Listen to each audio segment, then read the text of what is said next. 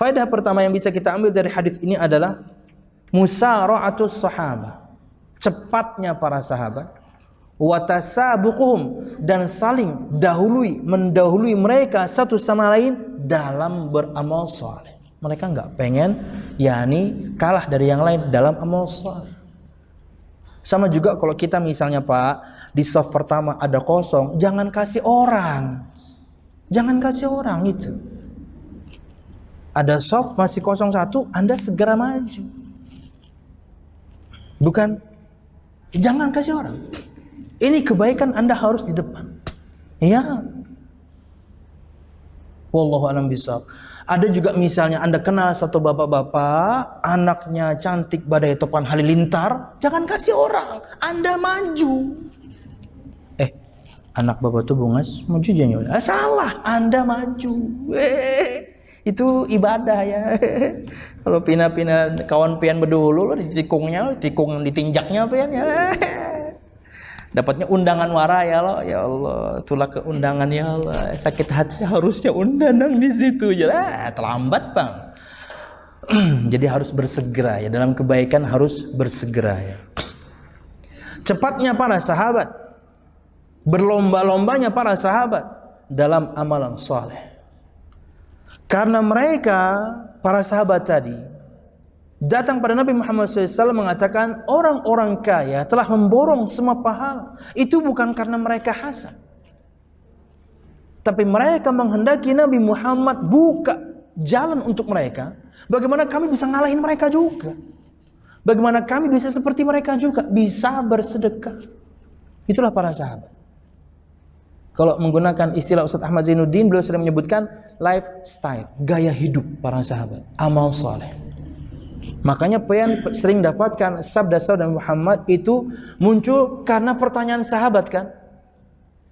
Wahai Rasul, ayul amali afdol, ayul amali afdol. Mesti begitu. Amal apa yang paling afdol ya Rasul? Amal apa yang paling afdol ya Rasul? Mesti begitu para sahabat. Bahkan ketika cerita Nabi Muhammad menceritakan tentang Dajjal saja, mereka nggak peduli sama Dajjalnya. Bahwasanya nanti Dajjal akan keluar dan akan mengelilingi dunia selama 40 hari. Ma min baladin illa sayata'uhud Dajjal, kata Muhammad. Tidak ada satu negeri pun kecuali akan didatangi Dajjal. Dan dia akan mendatanginya itu dalam 40 hari. Kecuali Mekah Madinah tidak bisa dimasuki oleh Dajjal. Itulah keutamaan dua kota itu. Karena di setiap pintu masuk kota Mekah dan Madinah ada malaikat yang menjaganya. Makanya kata Muhammad, barang siapa yang bisa meninggal di Madinah, lakukan. Tinggal di sana, wafat di sana. Bukan pergi umroh, bunuh diri. Salah. Tinggal di sana. Keutamaan kota Madinah. Nah, kata Nabi Muhammad SAW, satu harinya itu ada yang seperti 1 tahun. Satu harinya ada yang seperti 1 bulan. Satu harinya ada yang seperti 1 pekan. Satu harinya ada yang seperti hari-hari kalian jalani biasa. Pikiran kita bisa jadi ketika disebutkan seperti ini dan kita mendapatkan info yang lain dari sabda Muhammad tentang kehebatan-kehebatan Dajjal, mungkin kita mikir, wahai Rasul, bagaimana cara melawannya? Para sahabat bukan itu. Wahai Rasul, yang 1 hari seperti 1 tahun, itu sholatnya gimana? Mereka pikirannya sholat. Kan berarti sehari seperti 1 tahun, siang terus. Sholatnya gimana? Yang seharinya seperti 1 bulan, sholatnya gimana? Maka jawab Nabi Muhammad SAW, faqduru lahu qadrahu, maka kalian hitunglah kadarnya. Karena jeda antar sholat kita sudah tahu berapa jam dan berapa jamnya, kurang lebih kita tahu. Apalagi misalnya kita di tempat kita ini standar sekali, tidak seperti di Eropa misalnya, kadang siang lebih panjang, kadang malam lebih panjang. Kita ngitungnya jauh lebih mudah. Makanya jamaah, fatwa Nabi Muhammad kepada para sahabat ini, jawaban Nabi Muhammad ini berdasarkan pertanyaan para sahabat itu, menjadi fatwa Syekh bin Baz untuk kaum muslimin yang sudah tersebar sampai di negeri-negeri Skandinavia, negeri-negeri yang dekat-dekat kutub. Mereka siangnya 6 bulan loh, malamnya juga 6 bulan loh. Di awal tahun 90-an, Islam udah sampai sana. Karena fatwa yang ulun baca itu fatwa tahun 93 kalau nggak salah. Atau enggak 96, sorry.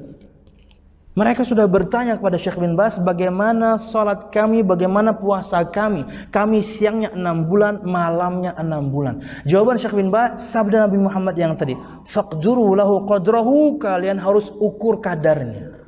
Caranya, kalian harus mengikuti pengwaktuan negeri Islam yang terdekat dengan kalian, di mana di sana berputar sehari semalam 24 jam matahari dan bulan berputar. Ikuti negeri itu, kata beliau.